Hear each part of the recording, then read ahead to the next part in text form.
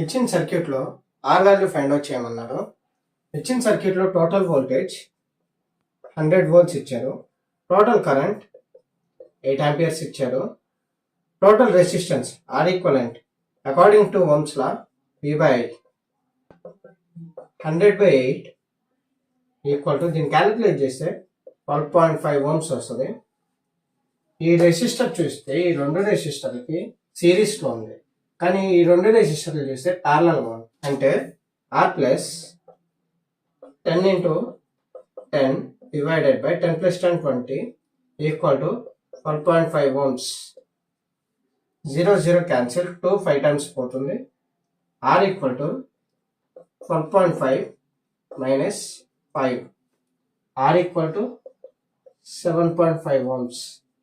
Option C is the right answer. Thank you.